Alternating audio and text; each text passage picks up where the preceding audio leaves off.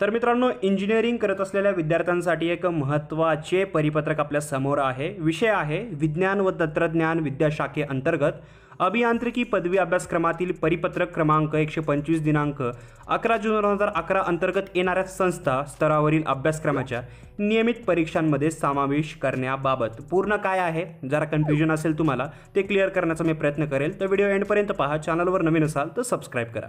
तर इथे 8 शाखा दिलेल्या आहेत, स्ट्रीम्स दिलेल्या आहेत. BE production engineering, production sandwich, polymer engineering, petroleum engineering, petrochemical, military, biotech आणि प्रिंटिंग इंजिनिअरिंग.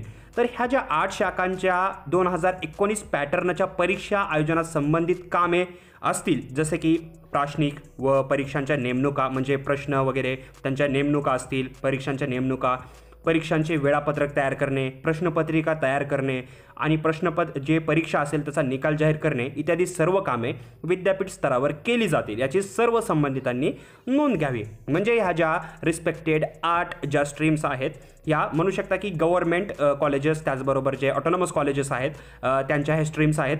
तर त्या ज्या स्ट्रीम्स आहेत, पहिले यांचं जे म्हणू शकता की जे निकाल जाहीर होत होते, त्याचबरोबर जे परीक्षांच्या नेमणुका असायच्या, प्रश्न वगैरे सेट करणे, हे सर्व काय जे असेल ते कॉलेज लेवलवर होत होते. इथं क्लिअरली दिलेलं आहे बघा वरीच, म्हणजे जे म्हणू शकता की संस्था स्तरावरच होत होतं. पण आता इथून पुढे 2019 पॅटर्नच्या परीक्षा ज्या असतील, म्हणजे 2019 पॅटर्नबद्दलच चालू आहे, ही सर्व कामे जी आहेत आता ती युनिव्हर्सिटी लेवलवर म्हणजे विद्यापीठ स्तरावर केली जाणार आहेत.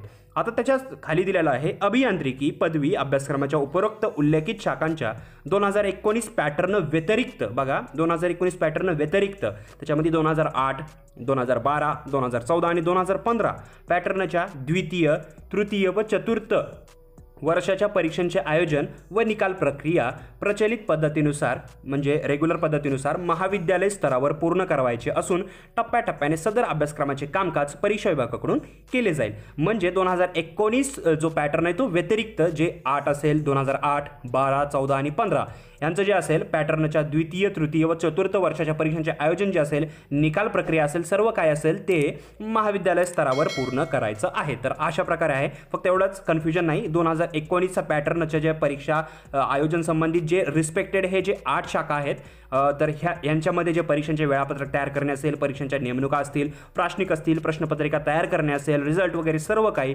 हे आता विद्यापीठ स्तरावर केले जाणार आहे. तर अशा प्रकारचे हे परिपत्रक आहे. आय होप तुम्हाला समजले असेल.